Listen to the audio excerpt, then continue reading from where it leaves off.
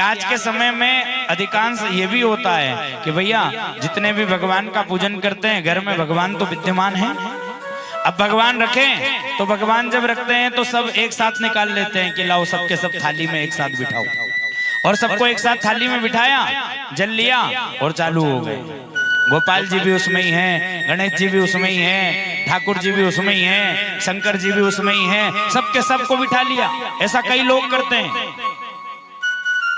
आप भी करते हैं।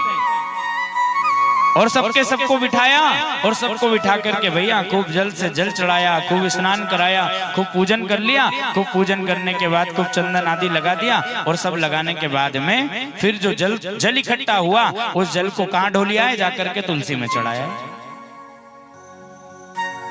कई लोग करते हैं, मैंने भी देखा है। शिव महापुराण की कथा कहती है भैया अगर ऐसे पूजन करो और अगर वो जल जो है आपके द्वारा पूजा किया गया जल अगर तुलसी के क्यारे में आप चढ़ा रहे हैं, जिस घर में शंकर का पूजन भी हुआ है, उसी थाली में ठाकुर का पूजन भी हुआ है, उसी थाली में गणेश जी का पूजन भी हुआ है, इन सब का पूजन करके अगर आप उस जल को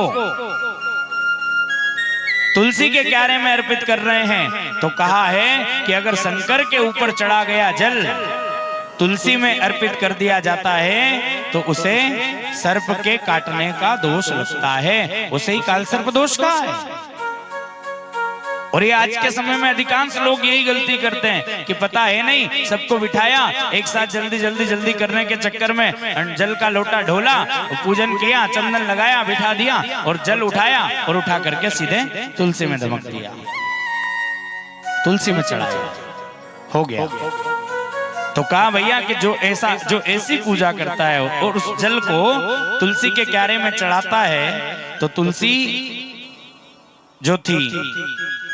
ये वृंदा, और वृंदा का पति जो था जलंधर को जब भगवान शंकर ने मारा ना तो ये जो वृंदा थी, इस वृंदा ने तुलसी क्यारे का रूप लिया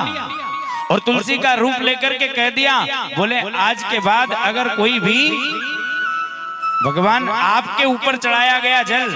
अगर मुझ में समर्पित करेगा तो उसे सर्प के काटने का दोष लगेगा। इसलिए शिव के ऊपर चढ़ाया गया जल कभी भी तुलसी को समर्पित